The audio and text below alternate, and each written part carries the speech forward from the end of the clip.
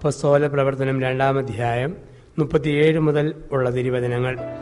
അവർ ഹൃദയം നുറുങ്ങി പത്രോസിനോടും മറ്റപ്പോസ്തലന്മാരോടും ചോദിച്ചു, സഹോദരന്മാരെ, ഞങ്ങൾ എന്താണ് ചെയ്യേണ്ടത്?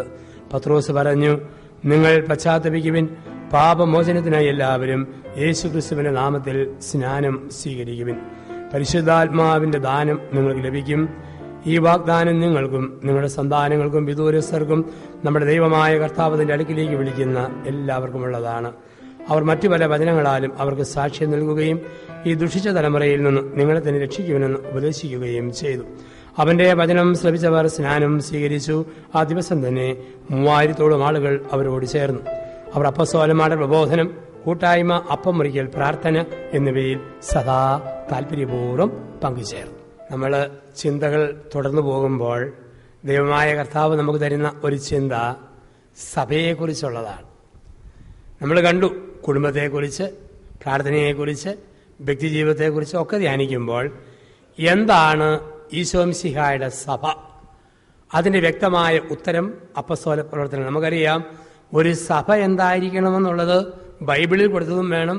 പിന്നെ 6-ാം നൂറ്റാണ്ട് വരെയുള്ള ചില ചരിത്ര പശ്ചാത്തലത്തിലുമാണ് സഭയെക്കുറിച്ചുള്ള വ്യാഖ്യാനങ്ങൾ പഠിപ്പിക്കുക. അപ്പോൾ എന്താണ് സഭ? പഞ്ചസാരയുടെ അസുഖമില്ലാത്ത ആൾക്ക് ഒരു നല്ല ചായ കുടിക്കണമെങ്കിൽ 4 സാധനങ്ങൾ വേണം. എന്തെല്ലാവാ? തേയിലപ്പൊടി, ചൂടുവെള്ളം, പാല്, പഞ്ചസാര. ഇത് 4 ഉണ്ടെങ്കിൽ ഒരു നല്ല ചായ കുടിക്കാം. ഈശോമിശിഹായുടെ മനസ്സിന് ചേർന്ന യഥാർത്ഥ സഭയാകണമെങ്കിൽ ആ സഭയ്ക്ക് 4 പ്രധാനപ്പെട്ട തൂണുകൾ വേണം. 1, അപ്പസ്തോലിക പാരമ്പര്യം വേണം. 2, അപ്പം മുറിക്കൽ എന്ന വിശുദ്ധ കുർബാന വേണം. 3, കുടുംബ കൂട്ടായ്മ വേണം. 4, കുടുംബ പ്രാർത്ഥന വേണം. 4 കാര്യങ്ങൾ അതാണ് ബൈബിളിൽ പറയുക. അപ്പൊ ഇതിൽ 4-ൽ ഏതെങ്കിലും ഒന്ന് ഇല്ലാതെ പോയ സഭയെ കത്തോലിക്ക സഭ അംഗീകരിക്കുകയില്ല. മറ്റ് സഭകൾ മോശമായിട്ടല്ല, അത് പാപികളായിട്ടുമല്ല. പക്ഷേ വേദപുസ്തക പ്രകാരമുള്ള സഭയുടെ ഐഹിക പാരമ്പര്യ പ്രകാരം ഏതെങ്കിലും ഒന്നിന് കുറവ് വന്നാൽ ആ സഭകളെ കത്തോലിക്ക സഭ യഥാർത്ഥ സഭയായി അംഗീകരിക്കുകയില്ല. യോഹന്നാന്റെ സുവിശേഷം 20-ാം അധ്യായത്തിൽ കർത്താവായ യേശു പത്രോസിനെയും കൂട്ടരുടെയും മേൽ ഊതി അവരുടെ തൊട്ടു പിന്നാലെ വന്നവരെ കൈവച്ചു. അതുകൊണ്ടാണ് ബൈബിളിൽ നമ്മൾ കാണുന്നു, പലരും പ്രസംഗിച്ച് നടന്നു, പക്ഷേ കൈവെപ്പ് കൊടുത്തത് അപ്പോസ്തലന്മാരാണ്. അപ്പോസ്തല പ്രവർത്തനം മുഴുവൻ നമ്മൾ കാണുന്നതാണ്. കാരണം സൈഹിക പാരമ്പര്യം ഒരു സഭയുടെ അടിസ്ഥാനമാണ്.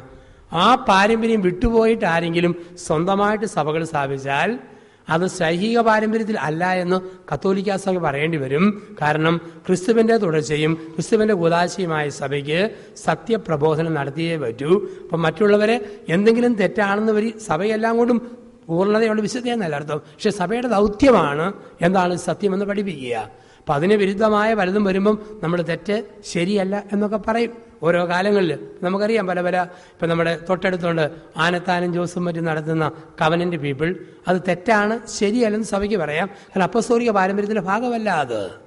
അതുപോലെ ചില ഗ്രൂപ്പുകൾ, എംപറർ എമ്മാനുവൽ മറ്റൊരു ഗ്രൂപ്പ്, ഒരു പരിധി വരെ ചിലപ്പോഴെങ്കിലും ചില പാളിച്ചകൾ സ്പിരിറ്റ് ഇൻ ജീസസിലുണ്ട്. അപ്പോൾ അതൊക്കെ ഇന്ന് അവർ തിരുത്താൻ തയ്യാറായിട്ട് അവർ വരുന്നുണ്ട്. എംപറർ എമ്മാനുവലൊക്കെ ആണെങ്കിൽ വളരെയേറെ ദൂഷ്യമായ പൈശാചിക ശക്തി പോലെ തന്നെ സഭയ്ക്കെതിരെ ആഞ്ഞടിക്കുന്നവരും പ്രബോധനം നടത്തുന്നവരുമാണ്. അവസാനം നമ്മൾ ടി വിയിൽ മുല്ലക്കര സാറിൻ്റെയും മറ്റും പ്രഭാഷണങ്ങൾ. അപ്പോൾ പാരമ്പര്യം വിട്ട് സ്വന്തമായ വ്യാഖ്യാനം കൊടുത്തു തുടങ്ങുമ്പോൾ അത് ശരിയല്ല, തെറ്റാണെന്ന് പറയേണ്ടി വരും. കാരണം നമുക്കറിയാം, അസ്ഥാനത്തെ നന്മയാണ് തിന്മ, അസ്ഥാനത്തെ വിളയാണ് കള. അപ്പം എല്ലാവരും ചോദിക്കുകയോ, ബന്ധുക്കോസുകാർ വചനമല്ലേ പറയുന്നത്, മുല്ലക്കര സാറ് വചനമല്ലേ പറയുന്നത്, അവരെ ഇവിടെ അവിടെ എല്ലാം വചനമല്ലേ പറയുന്നത്? വചനം ആർക്കും പറയാം, പക്ഷേ അങ്ങനെ പറയേണ്ടതല്ലല്ലോ. സൈഹിക പാരമ്പര്യമുള്ള സഭയിൽ അതിനോട് വിധേയപ്പെട്ടെന്നുള്ള വചനവ്യാഖ്യാനമേ പറ്റൂ. കാരണം ബൈബിളിനേക്കാൾ പ്രാധാന്യം സഭയ്ക്കാണ്. ബന്ധുക്കോസുകാരും മറ്റും പഠിപ്പിക്കുന്നത് എന്താ? ബൈബിള് മാത്രം. അത് ശുദ്ധ അബദ്ധമാണ്. അത് ചരിത്രപരിധിയിലാണ്ട് പറയുന്നതാ. 1-ാം സ്ഥാനം സഭയ്ക്ക്, 2-ാം സ്ഥാനമേ ബൈബിളിനുള്ളൂ. കാരണം സഭയുണ്ടായി 35 വർഷം കഴിഞ്ഞാണ് ആദ്യത്തെ ബൈബിൾ ഭാഗം എഴുതപ്പെട്ടത്. ക്രിസ്തുവിന്റെ കാലത്ത് സഭയുണ്ട്, പക്ഷെ AD 60 ശേഷമാണ് ബൈബിൾ രചിക്കപ്പെട്ടത്. തോമാസ് ലീഗ ഇന്ത്യയിൽ വന്നവൻ പ്രസംഗിച്ചത് മത്തായിയുടെയും മർക്കോസിന്റെയും സുവിശേഷമല്ല. തോമാസ് ലീഗ പ്രസംഗിച്ചത് പാരമ്പര്യം. അതുകൊണ്ടാണ് പൗരസ്ത്യ സഭകൾ പാരമ്പര്യത്തിന് ഊന്നൽ കൊടുക്കും. ബൈബിളിൽ ഇല്ലാത്ത ചില കാര്യങ്ങൾ സഭയുടെ പരിശുദ്ധ പാരമ്പര്യങ്ങളിലുണ്ട്. അതും കൂടെ ചേർത്ത് വെച്ചാലേ ശരിയാവും. അപ്പോൾ സഭയിൽ സഭാംഗങ്ങൾക്ക് വേണ്ടി എഴുതപ്പെട്ടതാണ് ദൈവത്തിൻ്റെ പുതിയ നിയമം നമ്മൾ പറയുക. അപ്പം അതുകൊണ്ട് വ്യാഖ്യാന അധികാരം ഒരു സഭയ്ക്കാണ്. സഭയുടെ ആധികാരികതയോട് തന്നെ വേണം വ്യാഖ്യാനിക്കാൻ. തന്നെയുമല്ല, ആദ്യത്തെ 5 നൂറ്റാണ്ടുകളിൽ കൊടുത്ത ബൈബിൾ പാരമ്പര്യത്തിന് വ്യാഖ്യാനത്തിന് ചേർന്നു പോകാത്തത് പുത്തനൊന്നും സ്വീകാര്യമല്ല. അത് ബൈബിൾ വ്യാഖ്യാനിക്കുന്നതിൻ്റെ ആധികാരിക രീതിയും അതുതന്നെയാണ്. അപ്പസ്തോലിക കാലഘട്ടം കഴിഞ്ഞുള്ളതിന് അതിന് വിരുദ്ധമായൊരു പ്രബോധനം സ്വീകരിക്കാൻ പറ്റുകയില്ല. കാരണം അത് ക്രിസ്തുവിൻ്റെ മനസ്സിന് വിരുദ്ധമായിട്ടാണ് വരിക. എന്താണ് കള? അസ്ഥാനത്തെ വിള. ഒന്നും അതിൽ തന്നെ മോശമല്ലല്ലോ. ഞാൻ നെല്ല് നട്ടെടുത്ത് ചീര മുളച്ചാൽ ചീര കള. ചീര മോശമല്ല, കറി വെക്കാൻ ഉഗ്രൻ സാധനം. ചീര നട്ടെടുത്ത് നെല്ല് മുളച്ചാൽ നെല്ല് കള. നെല്ല് മോശമായിട്ടല്ല, ചീരയ്ക്കിടെ വളരുമ്പോൾ നെല്ല് കള, നെല്ലിനിടെ വളരുമ്പോൾ ചീര കള. ഓരോന്നിനും ഓരോ സ്ഥാനമുണ്ട്. ചാണകക്കുഴിയിൽ കുഴമ്പ് പോലെ ചാണകം കിടക്കുമ്പോൾ ഉഗ്രം വളം, ഊറ്റം സാധനം. കോരി ഒഴിച്ചാൽ എല്ലാത്തിനും നല്ല വളം. പക്ഷേ ഊട്ടുമേശയിൽ ഉച്ചയ്ക്ക് ചോറിനടുത്ത് സോസറിൽ ചാറുപോലെ വിളമ്പി വെച്ചാൽ അത് വൃത്തികെട്ട സാധനം. ദൈവത്തിൻ്റെ വചനമാണേലും വിവരമില്ലാത്ത ആൾക്കാരുടെ കൊടുത്തു കഴിഞ്ഞാൽ അത് വൃത്തികെട്ടതാക്കി മാറ്റും, വികൃതമാക്കി മാറ്റും. സ്ഥാനത്തും അസ്ഥാനത്തും ഒക്കെ തോന്നുന്നതിനൊക്കെ വചനം പറയാൻ തുടങ്ങിയാൽ, സ്വന്തം താല്പര്യത്തിന് വേണ്ടി വചനത്തെ വളച്ചൊടിച്ചാൽ അത് അസ്ഥാനത്തെ വിളയാണ്. ഒരു മനുഷ്യൻ ഒരു വലിയ ധ്യാനമന്ദിരത്തിൽ ചെന്നു. ധ്യാനം കൂടി ആവേശത്തിൽ കിട്ടാവുന്ന ബൈബിൾ വാക്യം മുഴുവൻ കെട്ടിച്ചുമന്നു കൊണ്ടുവന്നിട്ട് വീടിൻ്റെ വിവിധ ഭാഗങ്ങളിൽ ആണിയടിച്ച് തൂക്കിയിട്ടു. മുറത്തിൻ്റെ മുഴുപ്പിൽ, കലണ്ടറിൻ്റെ മുഴുപ്പിൽ, പായയുടെ മുഴുപ്പിൽ, പരമ്പിൻ്റെ മുഴുപ്പിൽ, വലിയ കാടിൻ്റെ മുഴുപ്പിൽ തൂക്കിയിട്ടു. അന്ന് ഉച്ച കഴിഞ്ഞ് 2:30 ആയപ്പോൾ വീട്ടിലെ 25 വയസ്സുള്ള വേലക്കാരി, ഇനി ഞാനിവിടെ നിന്നാൽ ശരിയാകുകയില്ല എന്നും പറഞ്ഞ് എല്ലാം കെട്ടിപ്പെറുക്കി യാത്രയായി. ഭാര്യ പറഞ്ഞു, താൻ എന്നാ ധ്യാനം കൂടിയാലും അരുതാത്ത നോട്ടവോ വേണ്ടാത്ത വർത്തമാനമോ പറഞ്ഞിട്ടുണ്ട്, അതുകൊണ്ടാണ് പണിക്കാരി എല്ലാം കെട്ടിപ്പെറുക്കി യാത്രയായത്. അവൻ പറഞ്ഞു, എടി, മനസ്സാ വാചാ കർമ്മണ, ചീത്ത ചിന്തയോ നോട്ടോ ഒന്നും ഉണ്ടായിട്ടില്ല. പിന്നെ അവൾ പോകാൻ എന്നാ കാരണം? ഇനി വല്ലതും കട്ടുകൊണ്ട് പോയിട്ടുണ്ടോ? തപ്പാൻ തുടങ്ങി. തപ്പി ചെന്നപ്പോഴാണ് വീടിൻ്റെ നടവാതുക്കൽ വാതിലിൽ ആണിയടിച്ച് ഒരു വചനം തൂക്കിയിരിക്കുന്നു. എന്താണ് വചനം? ഈ ഭവനം രക്ഷപ്പെട്ടിരിക്കുന്നു.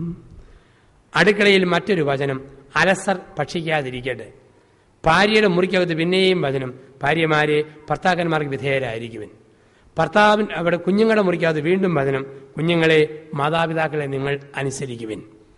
അങ്ങനെ തപ്പി ചെന്നപ്പോഴാ 25 വയസ്സുള്ള വേലക്കാരി കിടക്കുന്ന മുറിക്കകത്ത് അവളുടെ കട്ടിലിന് മുകളിൽ ആണിയടിച്ച് ഇയാൾ ഒരു വചനം തൂക്കിയിട്ടുണ്ടായിരുന്നു. അതായിരുന്നു പ്രശ്നം.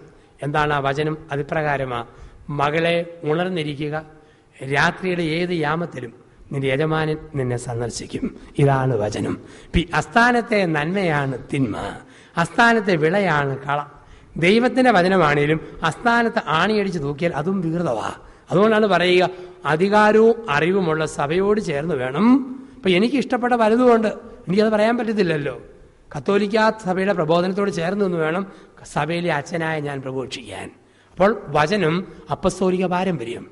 ആദിമസഭയിൽ പത്രോസും യാക്കോബും യോഹന്നാനുമാണ് പ്രസംഗിച്ചതെങ്കിൽ എഴുതിയതെങ്കിൽ ഇന്ന് 2010 ആ സ്ഥാനത്ത് ബെനഡിക്ട് 16 മാർപ്പാപ്പ, വർക്കിവിധേയത്തിൽ മെത്രാപ്പോലീത്ത, അറയ്ക്കൽ പിതാവ്, നമ്മുടെ വികാരിയച്ഛൻ ഈ ദിവസങ്ങളിൽ ഞങ്ങളിലൂടെ അപ്പസ്തോലിക പാരമ്പര്യത്തിന്റെ ഭാഗമാണ്.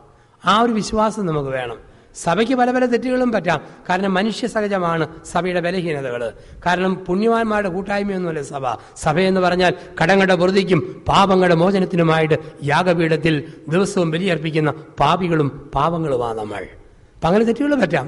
പക്ഷേ തമ്പുരാന്റെ മുമ്പിൽ നമ്മളായിരിക്കുന്ന ഒരു സൈഹിക പാരമ്പര്യമുള്ള ഒരു സഭയിലാണ് നമ്മൾ ജീവിക്കുക. ഒറ്റയ്ക്ക് നമ്മളെല്ലാവരും വെറും ചുള്ളിക്കമ്പ, ഈർക്കിലിയ, ആർക്കും ഓടിക്കാം. പക്ഷെ ഒരുമിച്ച് നിൽക്കുന്ന സഭയെ ആർക്കും ഓടിക്കാൻ പറ്റിയേല. അത് ഒരു വിറക് കെട്ടാണ്. അത് ഏകമാണ്, അത് പരിശുദ്ധമാണ്, അത് സൈഹികമാണ്, അത് സാർവലൗകികമാണ്. ഇപ്പം എൻ്റെ അമ്മയായ സഭയ്ക്ക് എന്തെങ്കിലും കുറ്റങ്ങളും കുറവുകളും ഉണ്ടെന്നും പറഞ്ഞ് അവിടെ ഇവിടെ ഓടുകയല്ല ഞാൻ ചെയ്യേണ്ടത്. പിന്നെയോ ഞാൻ തന്നെ നന്നായിട്ട് ജീവിച്ച് എൻ്റെ സഭയെ വിശുദ്ധീകരിക്കുകയാണ് വേണ്ടത്. ആദിമസഭ ആദ്യകാലത്ത് കർത്താവ് തന്നെ പറഞ്ഞു, അവസാന നാളുകളിൽ ഞാൻ അവിടെയുണ്ട് ഇവിടെയുണ്ടെന്ന് പറഞ്ഞ് പല വ്യാജ പ്രവാചകന്മാരും വരും, നിങ്ങളത് വിശ്വസിക്കരുത്. കഴിഞ്ഞ കുറേ വർഷങ്ങളായിട്ട് ഇങ്ങനെയുള്ള ഗ്രൂപ്പുകൾ വർദ്ധിച്ചുകൊണ്ടിരിക്കുന്നു. അവിടെയാണ് രക്ഷ, ഇവിടെയാണ് രക്ഷ, ഞങ്ങളുടെ കൂടെ വരിക. ഒരു കാര്യം ഓർത്തോണം, ആത്മാക്കളെ കുറിച്ചുള്ള രക്ഷയാണ് ഇവരെയൊക്കെ നയിക്കുന്നതെങ്കിൽ എന്തിനാ ഒരു കൂട്ടിൽ നിന്ന് അടിച്ച് മറ്റേ കൂട്ടി കെട്ടുന്നത്? നമ്മളെല്ലാം ഈശോയെ അറിഞ്ഞവരല്ലേ? ഇത്ര വലിയ തീഷ്ണതയുണ്ടെങ്കിൽ അവർ ആരോട് പറയണം? അദ്വാനി, ബാജ്പേയി, മുരളി മനോഹർ ജോഷി, അശോക് സിംഗാൾ, കുമ്മനം രാജശേഖരൻ, ഇവരോടൊക്കെയാണ് പോയി സുവിശേഷം പ്രസംഗിക്കേണ്ടത്. അങ്ങനെ പ്രസംഗിക്കാൻ പോയാൽ നാളെ രാവിലെ എഴുന്നേൽക്കുമ്പം തോളെ തല കാണിയല്ല, പിന്നെ ഏത് കൊട്ടും കൊള്ളാനായിട്ട് ഒരു പാവപ്പെട്ട സഭ. അതുകൊണ്ട് ഈ സഭ ആർക്കും പുച്ഛിക്കാം, പരിഹസിക്കാം. അപ്പം അങ്ങനെയുള്ള ലോകത്ത് എന്താണ് എൻ്റെ സഭ എന്നുള്ള ഒരു തിരിച്ചറിവ്. അവിടെ കുറവുകളുണ്ടോ? ആരുടെയും കൂടെ ചേർന്ന് ചായക്കടയിലിരുന്ന് കടത്തെണ്ണയിലിരുന്ന് കുറ്റം പറയുകയല്ല, പിന്നെയോ എൻ്റെ ജീവിതത്തിൽ സഭയുടെ ഭാഗമായ ഞാൻ എൻ്റെ ജീവിതം വഴി സഭയെ വിശദീകരിക്കുക. കുറ്റങ്ങളും കുറവുകളും ഉണ്ടോ? പറയേണ്ടടുത്ത് പറയുക. അല്ലെങ്കിൽ മലന്ന് കിടന്ന് തുപ്പുന്നതിന് തുല്യമാകും നമ്മുടെ കമൻറ്റുകളും വിമർശനങ്ങളും എല്ലാം. അപ്പസ്തോലിക പാരമ്പര്യമുള്ള ഒരു സഭയിൽ നമ്മൾ ജീവിക്കുമ്പോൾ എൻ്റെ അമ്മയായ കത്തോലിക്ക തിരുസഭ അരുത് എന്ന് പറഞ്ഞത് എനിക്ക് നിശ്ചിതം, ആകാം എന്ന് പറഞ്ഞത് എനിക്ക് സ്വീകാര്യം. ചില കാര്യങ്ങൾ അരുത് എന്ന സഭ പറയും. യഹോവ സാക്ഷികളുടെ പ്രാർത്ഥനയിലോ കൺവെൻഷനിലോ പങ്കെടുക്കരുത്. ബെന്തിക്കോസുകാരുടെ പ്രാർത്ഥനകളിലോ കൺവെൻഷനിലോ പങ്കെടുക്കരുത്. അങ്ങനെയുള്ളവരെ വീട്ടിൽ വിളിച്ച് പ്രാർത്ഥിപ്പിക്കരുത്. അവരുടെ പ്രാർത്ഥനകളിൽ പങ്കെടുക്കരുത്. കത്തോലിക്ക സഭയുടെ വ്യക്തമായ നിർദ്ദേശമുണ്ട്. അങ്ങനെയുള്ളവരുടെ പ്രസിദ്ധീകരണങ്ങൾ വീട്ടിൽ വരുത്തരുത്. നമ്മളങ്ങനെയൊക്കെ വായിച്ചാൽ അതിനൊക്കെ പൈസ കൊടുത്താൽ കത്തോലിക്ക സഭയെ അവഹേളിക്കുന്നവരെ കാശ് കൊടുത്ത് സഹായിക്കുന്നവരായിട്ട് നമ്മൾ മാറും. അപ്പോൾ ഒരിക്കലും നമ്മളത് ചെയ്യാൻ പാടില്ല. അങ്ങനെയുള്ളവരുടെ നമ്മൾ ബന്ധങ്ങളും സ്ഥാപിക്കാൻ പാടില്ല. അതോടൊപ്പം തന്നെ ഈശോ കഴിഞ്ഞാൽ പിന്നെ പരിശുദ്ധ അമ്മയ്ക്ക് സഭ സ്ഥാനം കൊടുക്കും, മാതാവിന് എന്നുള്ള സ്ഥാനം കൊടുക്കുക. ഈശോ ജനിച്ചപ്പം ആദ്യം കണ്ടത് മാതാവിൻ്റെ മുഖം, ഈശോ മരിച്ചപ്പം അവസാനം കണ്ടതും മാതാവിൻ്റെ മുഖം. അതുകൊണ്ട് ദൈവമാതാവിന് നമ്മൾ സ്ഥാനം കൊടുക്കും. ഒരിക്കലും നമ്മൾ മാതാവിനെ ദൈവമാക്കിയിട്ടില്ല. ഓർത്തോണം, മാതാവിനെ ഒരിക്കലും ദൈവമാക്കിയിട്ടില്ല. നമ്മൾ ആരെങ്കിലും പറയുമോ കർത്താവെ അനുഗ്രഹിക്കണമേ, മിശിഹായെ അനുഗ്രഹിക്കണമേ, കർത്താവെ അനുഗ്രഹിക്കണമേ, മാതാവെ ഞങ്ങളെ അനുഗ്രഹിക്കണമേ? ഇല്ല. മാതാവെ ഞങ്ങൾക്ക് വേണ്ടി അപേക്ഷിക്കണമേ. ആദ്യം പറയും അനുഗ്രഹിക്കണമേ. മാതാവിനെ വിളിക്കും, നമ്മൾ പറയും മാതാവെ ഞങ്ങൾക്ക് വേണ്ടി അപേക്ഷിക്കണമേ എന്ന് പറഞ്ഞാൽ വിശുദ്ധരുടെ കൂട്ടത്തിലെ മൂത്ത ചേച്ചി മാതാവ്, ഇളയ അനിയത്തി അൽഫോൻസാമ്മ. അപ്പം നമുക്കറിയാം മാതാവിനെ കുറിച്ച് എല്ലാവർക്കും ഒരുപാട് ഓർമ്മയുള്ള കാലമാണ്. ഒരു കൊച്ചുകുട്ടി എന്നോട് ചോദിച്ചു, അച്ഛാ ഒരു ചോദ്യം ചോദിക്കട്ടെ? ഞാൻ പറഞ്ഞു ചോദിക്കും. അവൻ പറഞ്ഞു ആകാശമോക്ഷത്തിൻ്റെ വാതിൽ കഴിഞ്ഞാൽ പിന്നെ എന്നാ അച്ഛാ? ഞാൻ പറഞ്ഞു അപ്പസ്തോലന്മാരും രക്തസാക്ഷികളും അല്ലച്ച. ഞാൻ പറഞ്ഞു യൗസേപ്പ് പിതാവും മാതാവും അല്ലച്ച. ഞാൻ പറഞ്ഞു മരിച്ചു പോയ നമ്മുടെ മാതാപിതാക്കൾ പൂർവികർ. ഉടനെ കൊച്ചു പറയുക ധ്യാനഗുരുവാന്ന് പറഞ്ഞ കാര്യം വല്ലതും ഉണ്ടോ? വെറുതെ ഉരുണ്ട് കളിക്കാതെ അച്ഛ എന്നോട് ചോദിക്കുക, ഞാൻ പറയാം. ഞാൻ പറഞ്ഞാൽ നീ പറയടി. എൻ്റെ അച്ഛ ആകാശമോക്ഷത്തിൻ്റെ വാതിൽ കഴിഞ്ഞാൽ പിന്നെ ഉഷകാല നക്ഷത്രമല്ലേന്ന് ചോദിച്ചു. കാരണം കൊച്ചിന് ലുത്തിനിയ കാണാൻ പാടോ. അപ്പം ഇന്ന് എല്ലാവർക്കും മാതാവിനെ കുറിച്ചൊക്കെ ഒത്തിരി ഓർമ്മകളൊക്കെ ഉണ്ട്, ഒരുപാട് ചിന്തകളുമുണ്ട്. അപ്പോൾ ചെല്ലി ചോദിക്കും മാതാവിനെ ആരാധിക്കുന്നില്ലെങ്കിൽ പിന്നെ എന്തിനാ കത്തോലിക്ക സഭ മാതാവിനെ ധൂപിക്കുന്നു, വിശുദ്ധന്മാരെ ധൂപിക്കുന്നു? അതിൻ്റെ അർത്ഥം എന്താ? സഭയിൽ രണ്ട് രീതികളുണ്ട്. ഒന്ന് വണക്കം, രണ്ട് ആരാധന. വിശുദ്ധന്മാരെ വണങ്ങും. മഹാത്മാഗാന്ധിയെ നമ്മൾ വണങ്ങുന്നത് പോലെ മദർ തെരേസയെ നമ്മൾ വണങ്ങുന്നു. ഇപ്പം നമ്മൾ ഓരോരുത്തരെ വണങ്ങും, നല്ല മനുഷ്യരെ നമ്മൾ വണങ്ങും. പക്ഷെ ആരാധന ദൈവത്തിന്, വണക്കം വിശുദ്ധർക്ക്. എന്തിനാ നമ്മൾ ഒരു രൂപത്തെ ധൂപിക്കുക? സഭയുടെ ദൈവശാസ്ത്രപരമായ വ്യാഖ്യാനം ഇതാണ്. ഒരു രൂപത്തെ ധൂപിക്കുമ്പോൾ എനിക്ക് ആ വ്യക്തിയെ തന്ന ദൈവത്തിന്, ആ വ്യക്തിയുടെ രൂപം വഴി, പ്രതിരൂപം വഴി ദൈവത്തിന് എൻ്റെ ആരാധന. അൽഫോൻസാമയുടെ രൂപത്തെ ധൂപിക്കുന്ന അൽഫോൻസാമയ്ക്ക് വേണ്ടിയല്ല, അൽഫോൻസാമയെ തന്ന ദൈവത്തിന് അൽഫോൻസ അമ്മ വഴി ഞാൻ കൊടുക്കുന്ന ധൂപം. ഇതാണ് ധൂപത്തെക്കുറിച്ചുള്ള സഭയുടെ പ്രബോധനം. ഇനി ഈശോയെ ധൂപിക്കുമ്പോൾ, അരുളിക്കായെ ധൂപിക്കുമ്പോൾ ദൈവത്തിന് നേരിട്ടുള്ള ആരാധന. വിശുദ്ധർക്ക് നേരിട്ടില്ല, അവർ വഴി ദൈവത്തിലേക്കുള്ളതാണ്. അപ്പോൾ മാതാവിന് നമ്മൾ സ്ഥാനം കൊടുക്കും. ചിലപ്പം ചില ആൾക്കാരെയൊക്കെ മാതാവിനെ കുറിച്ച് പുച്ഛിക്കുന്ന കാര്യം കേൾക്കാം. ഞാൻ എൻ്റെ കൊച്ചുനാൾ മുതൽ ഈ ബന്ധിക്കോസുകാർ കുറേ പേരെ കാണാപ്പാടം പഠിപ്പിച്ചിട്ട് ചാവേർപ്പട പോലെ ഇങ്ങനെ അയച്ചേക്കും. അവർക്ക് അധികം വിവരമോ വായനയോ ബൈബിളോ പഠിത്തമോ ഇല്ലാത്തതുകൊണ്ട് പഠിപ്പിക്കുന്നവർക്കും അറിയത്തില്ല, ഈ ആൾക്കാർക്കും അറിയത്തില്ല. അതുകൊണ്ട് ഇവരെന്താവെന്ന് പറയുക, പെറുക്കിയെടുത്ത കുറേ വചനം വന്നിട്ട് ലുത്തിനിയ പോലെ പറഞ്ഞുകൊണ്ടിരിക്കും. നമ്മക്കൊട്ടും അറിയത്തില്ലാത്തതുകൊണ്ട് പറയാനൊട്ട് അറിയത്തുമില്ല. ഇവർ വന്ന് പറഞ്ഞ രണ്ട് കാര്യങ്ങളാണ്, എപ്പോഴും കേട്ടിട്ടുള്ളതാണ്. യേശുവിൻ്റെ സഹോദരന്മാരായ യാക്കോബ്, ജെയിംസ് എന്ന് പറയുമ്പോൾ മാതാവിന് വേറെ മക്കളുണ്ട്. യേശുവിൻ്റെ സഹോദരന്മാരുടെ പേര് പറഞ്ഞിരിക്കുന്നു. ബൈബിള് മൊത്തം വായിച്ചാൽ ആ സംശയം ഉണ്ടാകില്ല. ഇവർക്ക് വായിക്കാൻ സമയമില്ലല്ലോ, ഇങ്ങനെ തൊഴിലായിട്ട് നടക്കുമല്ലോ. അപ്പം പിന്നെ ഇരുന്ന് വായനയില്ല, പഠിച്ചതും കൊണ്ട് നടക്കത്തേ ഉള്ളൂ. യേശുവിൻ്റെ സഹോദരന്മാരാരൊക്കെയാന്ന് പറയുന്നുണ്ട്. മത്തായി സുവിശേഷം 27-ാം അധ്യായത്തിൽ യേശുവിൻ്റെ കുരിശ് യേശുവിനെ തറയ്ക്കുന്നു. അതിന് കീഴേ പറഞ്ഞിരിക്കുന്നു, യേശുവിൻ്റെ സഹോദരനായ ജെയിംസിൻ്റെ അമ്മയായ സലോമിയും യാക്കോബിൻ്റെ അമ്മയായ മറ്റേ മറിയവും കുരിശിന് ചുവടിൽ ഉണ്ടായിരുന്നു.